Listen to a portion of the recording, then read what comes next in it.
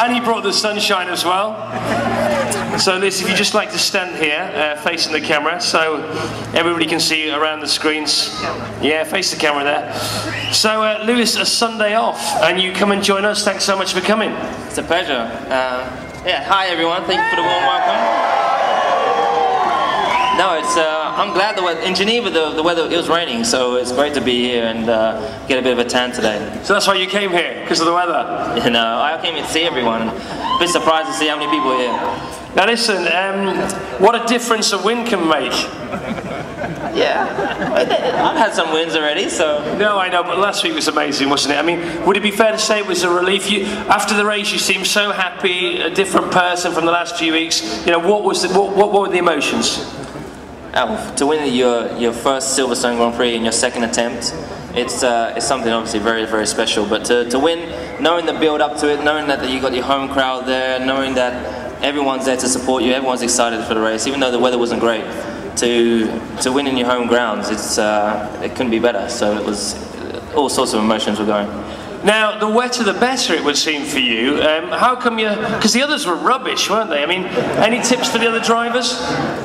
Try and keep it on the track and don't spin. I think you saw some other drivers have a bit of an awful day, but that's the way it goes. It's very, very tough in a Formula 1 car in the wet. I don't know how I kept it on, but you know, obviously that's the reason I was out front. Pretty hairy moments, you know, throughout the race for everybody, including yourself. You did amazingly. When you know you're going to win a race, you know, not that you ever really know until you pass the line, when do you allow yourself to start getting excited? You get excited from the first corner. You're out there, you get a good start like I did, and you're at the first corner, okay, now I can win this race. So the excitement's there, but you have to control yourself. You have to just try and pace yourself. And even the last 20 laps, you're so nervous. Really? Yeah, you don't want to come off. You're like, okay, I can win this. In that race, for example, I was a minute ahead, so I was like, okay, you don't need to do anything. But I still lapped Kimi, and I still kept pushing to try and to do. You know, it was a great weekend though. It was a fantastic weekend, and we all thank you for it. So, you win in the rain in Silverstone, you win in the rain at Monaco. You can only keep one of those wins for the rest of your life. Which one's it going to be? For sure, Silverstone. Yeah? Yeah. I know at Monaco, you were so thrilled, weren't you, at Monaco, because you know, all your heroes have won that race. World champions have to win that race, it would seem, to sort of qualify for the pedigree. Just describe Monaco for us. Well, Monaco is a very special place, and the track's so different to any other race circuit that you have. And sorry, I feel like I'm talking to the camera, but I'm trying to speak to all you guys here. But there's no room for error there, and you know, I hit the wall, and I thought my weekend was over. And the team did a great job. Fortunately, I didn't damage the car too much, and then I just pushed as hard as I could. But winning there is phenomenal. The atmosphere is incredible. But when you win at your home Grand Prix, even if the weather is not great, there's so many people there, a lot more than there is in Monaco. And as I said, you know, you can feel the build-up. You feel very nervous. I felt nervous for the weekend. I was hoping that, you know, we didn't qualify pole, we qualified 4th, and it wasn't looking great. But you always have to remain positive. I woke up on the Sunday and I felt fantastic, and I guess that was the reason why I won. Okay, do you know, as a team, as a McLaren team, do you know when you're going to be quicker than Ferrari and they're going to be quicker than you at certain circuits? You know, not completely, but do you have an inkling? Are they quicker than you at certain tracks? You don't, well, I think people do say that, you know, for sure Ferrari are quick at certain circuits, high-speed circuits, but I don't believe that. I think your car is quick everywhere, and, you know, every now and then they seem to be a little bit quicker than us, but I think at the moment we're ahead of them, and sort of they're on the back foot, especially after that weekend. And so we got to keep on hitting them hard and keep on trying to score the points and enjoying it. So Lewis, you are very quick, obviously. You're pretty good at driving a Formula 1 car, there's no doubt about that. You are behind you. How would you get past you? That's a good question. I've never been asked that one before. What have you got on here? You've been drawing or something. You guys should see this. Look at this. No, this is my mum's shopping list, and if I forget that, I'm in so much trouble. So how would you get past yourself? How would I get past myself?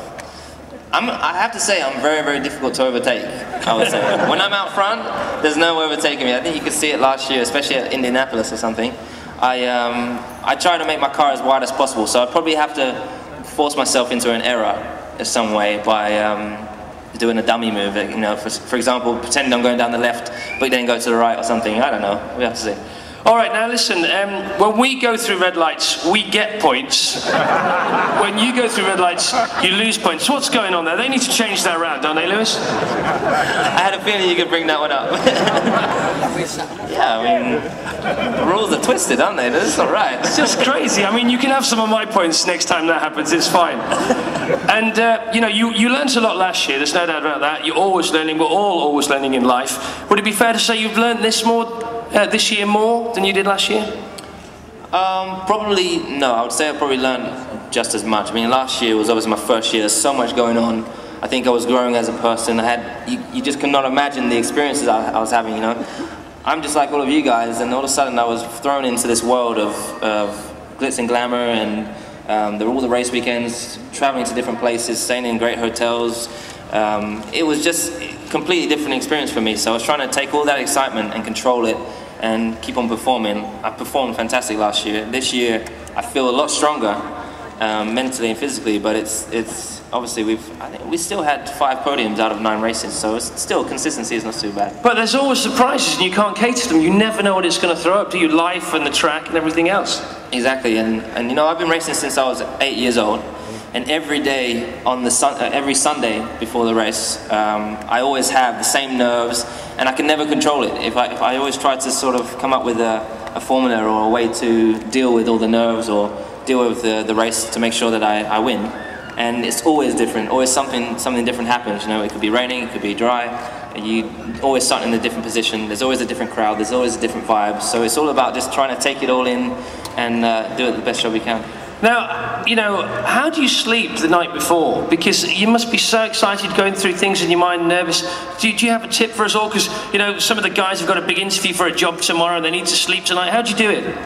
Well, I'm a really good sleeper. I'm such a deep sleeper as well, that I could sleep through anything, basically. But I have no problems. As soon as I hit the pillow, as soon as my head hits the pillow, I'm asleep in like 2 minutes. So. Okay. Well, you look very bright-eyed today. A couple more questions. A lot of kids here. They all want to be you. How do they become you?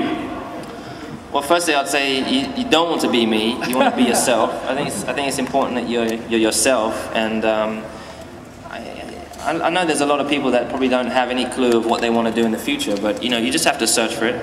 I hope that you have the support, especially from your families. I say to all the parents, it's very, very important, the support that you give your kids and the opportunities you show your kids. As you can see, I always have my family with me, and if it wasn't for them, I wouldn't be standing here today. But I think you just have to search your heart and search your mind and try and figure out what you want to do. If it's excitement, if it's, you know, you should go down the go-kart track and try it and see if you can, but just don't give me any hassles, okay? I want to keep my job, so. Okay, well, Lewis, thanks so much for coming here today, and good luck next week in Germany, at Hockenheim, of course. Good luck for the rest of the season. We hope you do it. And now, Lord March has organised something very special. Ladies and gentlemen, I'd like us just to toast Lewis with our Veuve Clicquot for a spirit of success. What a fantastic win, the British Grand Prix, 68 seconds, Lewis Hamilton.